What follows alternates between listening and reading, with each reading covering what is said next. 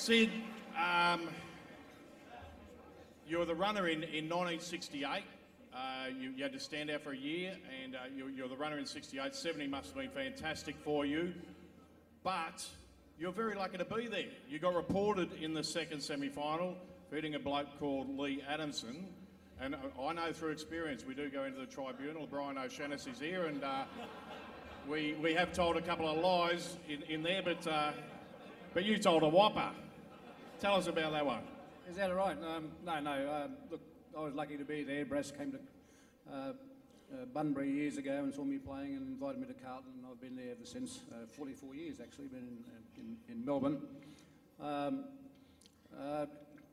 He said to me in '68, because I had to stand out of football with Bert Thornley, of course, and I played on Bert before he came here. He was the centre man for East Fremantle, and I was East Perth, so we've been mates ever since we've been at Carlton. And Brad said, you better do the running today, Syd. Stop sulking and give you something to do. You might learn something from the running. And I sure did, because every time I ran out and gave a message, they told me to get it stuffed.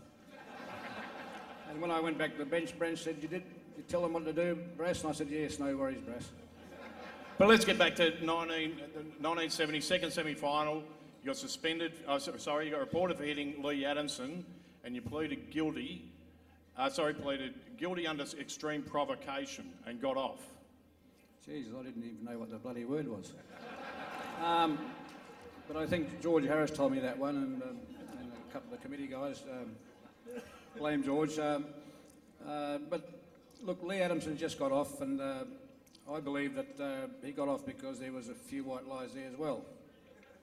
So we had to make up some, and we got off, and we both wanted to play in the grand final. And anyway, these stories came up, and at the time you do what you can to get off and play, and that's what happened. Just last question, Syd. In 1970, there was one Aboriginal player playing AFL football, or VFL football as was then. Now they're everywhere. You must be very proud of the way the Aboriginals are playing footy at the moment. Yeah, sure. I think every team has 4 or 5 or 6 players now, and that's extraordinary. And there's a lot more out there coming through, so you're going to see a lot more good players coming through, and I'm proud of the guys at Carlton at the moment. One of the stars of the 1970 grand final, Syd Jackson. Thanks for being with us, Syd.